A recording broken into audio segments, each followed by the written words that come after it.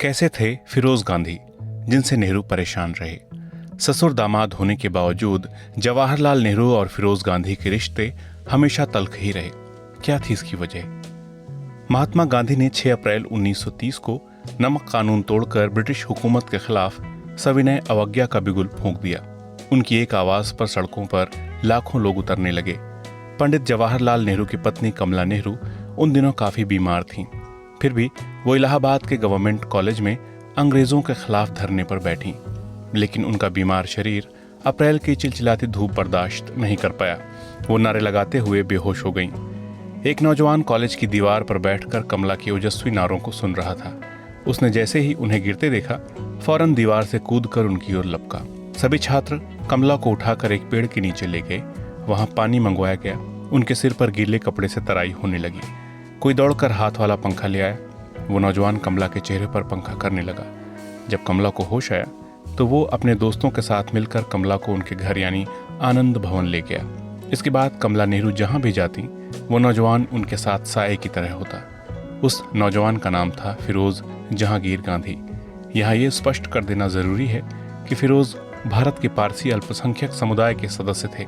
वो पारसी शरणार्थियों के वंशज थे जो 7वीं सदी में मुस्लिम उत्पीड़न से भागे थे। उनका महात्मा गांधी से कोई संबंध नहीं था। फिरोज पर क्यों शक करने लगे थे नेहरू? फिरोज ने कमला के साथ आज़ादी की लड़ाई में हिस्सा लेने के लिए पढ़ाई छोड़ दी। उनकी कमला से घनिष्ठता इतनी बढ़ गई कि उन दोनों को लेकर तरह तरह की अफवाहें उड़ने लगी। कुछ शरारती किस्म के लोगों ने दोनों के पोस्टर भी लगा दिए। उस वक्त जवाहरलाल नेहरू जेल में थे। ये बात उन तक भी पहुंची। उन्होंने अपने करीबी दोस्त और स्वतंत्रता सेनानी रफ़ी अहमद किदवई को मामले का पता लगाने के लिए इलाहाबाद भेजा। किदवई ने पाया कि दोनों के रिश्ते में फैलाई जा रही अफवाहों में कोई दम नहीं। इसी बीच फिरोज की नज़दीकी नेहरू की बेटी प्रियदर्शनी यानी इंदिरा से बढ़ने लगी। फिरोज ने साल 1933 में इंदिरा से शादी की इच्छा जताई। उस वक्त इंदिरा की उम्र तकरीबन 16 साल थी। इसलिए कमला ने इंदिरा की उम्र और फिरोज के धर्म का हवाला देते हुए रिश्ते को रजामंदी नहीं दी। नेहरू भी दोनों के रिश्तों के खिलाफ थे। उनकी बहनें भी ये शादी नहीं चाहती थीं। लेकिन नेहरू परिवार की तमाम आपत्तियों के बावजूद साल 1942 में फिरोज और इंदिरा की शादी हो गई। हालांकि नेहरू ने यह सुनिश्चित किया कि इस शादी में किसी का धर्म परिवर्तन न हो, क्योंकि इसे वो अपने उसूलों के खिलाफ मानते थे। क्या हीन भावना के शिकार थे फिरोज इंदिरा दुनिया से लड़ झगड़ कर एक हुए, लेकिन साल भर के भीतर ही दोनों में अनबन शुरू हो गई। इंदिरा ने फिरोज के बजाय अपने पिता के साथ रहना शुरू कर दिया। इसमें कहीं न कहीं दोनों की पृष्ठभूमि की बड़ी भूमिका रही होगी।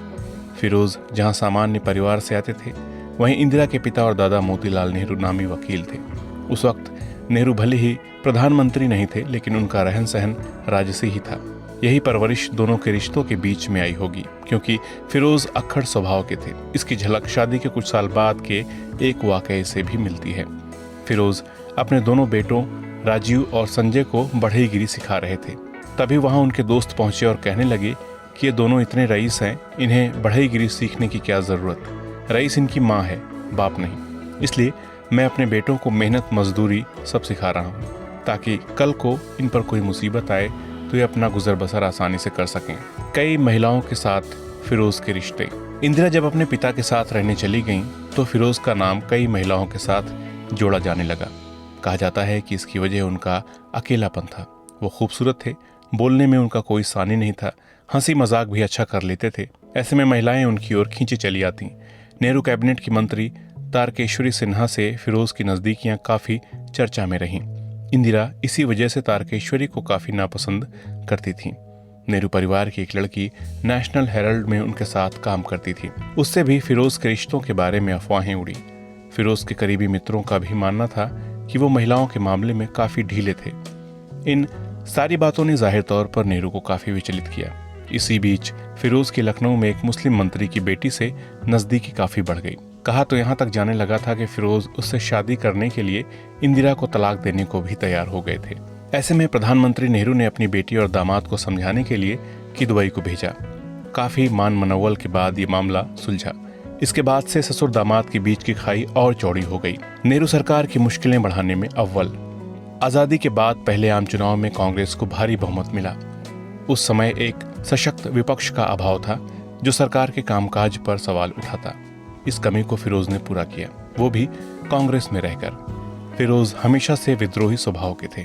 साल 1930 में उन्होंने कांग्रेस स्वतंत्रता सेनानियों की शाखा वानर सेना का गठन किया था। साथ ही वो पत्रकार भी थे। उन्होंने बतौर पत्रकार नेशनल हेराल्ड और नवजीवन समाचार पत्रों के प्रकाशक के रूप में काम किया। साल 1952 में पहले आम चुनाव हुए तो फिरोज रायबरेली से चुनकर संसद पहुंचे। कांग्रेसी सांसद होने के बावजूद वो नेहरू सरकार की जमकर आलोचना करते। उन्होंने जीप घोटाले से लेकर हरिदास मुंदड़ा घोटाले को बड़े जोर शोर से उठाया। दरअसल मुंदड़ा ने सरकारी कंपनी लाइफ इंश्योरेंस कॉरपोरेशन के शेयर खरीदने में भारी घोटाला किया था। इसे संसद में उठाने वाले पहले शख्स थे फिरोज। उनके तीखे सवालों के आगे नेहरू को झुकना पड़ा। उन्होंने एक जांच कमेटी बनाई। विशेष जांच शुरू हुई और केवल 24 दिन में ही इसका फैसला आ गया। हरिदास मुंदड़ा को 22 साल जेल की सजा हुई और तत्कालीन वित्त मंत्री टी कृष्णामाचारी, केंद्रीय वित्त सचिव HM पटेल और LIC के चेयरमैन को अपने पद से हटना पड़ा। वित्त मंत्री कृष्णामाचारी तो नेहरू के सबसे करीबियों में गिने जाते थे। नेहरू भले ही फिरोज को नापसंद करते थे, लेकिन वो उनकी ताकत को अच्छे से जानते थे। पूर्व प्रधानमंत्री मोरारजी देसाई ने अपनी आत्मकथा the story of my life में लिखा है कि 2 या 3 बार ऐसे मौके आए जब नेहरू कुछ फैसले लेने से घबराए, क्योंकि उन्हें डर था कि इससे फिरोज नाराज हो सकते हैं। आखिरी दिनों में फिरोज इंदिरा का रिश्ता। फिरोज हार्ट पेशेंट थे। उन्हें साल 1957 में पहली बार दिल का दौरा पड़ा। उसके बाद उनकी सेहत लगातार बिगड़ती गई। इंदिरा को 7 सितंबर 1960 को पता चला कि फिरोज को फिर दिल का दौरा पड़ा है और उनकी तबीयत बहुत नाजुक है। वो तुरंत वेलिंगटन हॉस्पिटल गईं, जहां फिरोज का इलाज चल रहा था। फिरोज रह रहकर बेहोश हो जाते। होश में आने पर एक ही सवाल पूछते, इंदु कहाँ है? इंदिरा पूरी रात उनके बगल में बैठी रहीं। अगले दिन सुबह 8 बजे के करीब फिरोज ने आखिरी सांस ली। उनकी मौत पर उमड़ी भीड़ को देखकर नेहरू ने कहा था, मुझे नहीं पता था कि लोग फिरोज को इतना पसंद करते हैं। मशहूर लेखक डॉम मोरेस ने एक इंटरव्यू के दौरान इंदिरा से पूछा कि उन्हें सबसे ज्यादा तकलीफ किसकी मौत से हुई। इंदिरा का जवाब था, फिरोज की मौत से। इंदिरा का कहना था, मैंने अपनी आंखों के सामने अपने माता पिता और दादा को मरते देखा, लेकिन फिरोज की मौत इतनी अचानक हुई कि मैं अंदर तक हिल गई। इंदिरा और फिरोज का रिश्ता काफी जटिल था, लेकिन इंदिरा ने उसे एकदम सरल शब्दों में समझाया। उन्होंने कहा, मैं फिरोज को पसंद नहीं करती थी, लेकिन मैं उनसे प्यार करती थी। क्या फिरोज के साथ नाइंसाफी हुई? कई लोगों का मानना है कि फिरोज ने नेहरू परिवार का दामाद बनने की कीमत चुकाई। उन्होंने 1930 में पढ़ाई छोड़ दी और आज़ादी की लड़ाई में बढ़ चढ़कर हिस्सा लिया। उसी साल फिरोज को 19 महीने की सजा हुई। उन्होंने ये सजा फैजाबाद में काटी, जहां उन दिनों लाल बहादुर शास्त्री भी बंद थे। वो किसानों के अधिकारों के लिए चल रहे आंदोलन में भी शामिल हुए। उन्हें फिर 2 बार जेल जाना पड़ा। शादी के कुछ ही महीनों बाद भारत छोड़ो आंदोलन के दौरान भी उन्हें जेल में डाला गया। यहाँ तक कि महात्मा गांधी ने भी एक वक्त उनके बारे में कहा कि अगर मेरे पास फिरोज जैसे 7 लड़के हो जाएं, तो मैं 7 दिनों में भारत को स्वराज दिला सकता हूँ। फिरोज की आत्मकथा फिरोज द फॉरगॉटन गांधी लिखने वाले बर्टिल फॉक के मुताबिक इन सब के बावजूद फिरोज को कांग्रेस में अपने हिस्से की जगह नहीं मिली। इसके लिए इंदिरा जिम्मेदार थीं, क्योंकि शायद वो अपने पति को अपनी महत्वाकांक्षा के आड़े नहीं आने देना चाहती थीं। यही दोनों के संबंध खराब होने की वजह भी थी।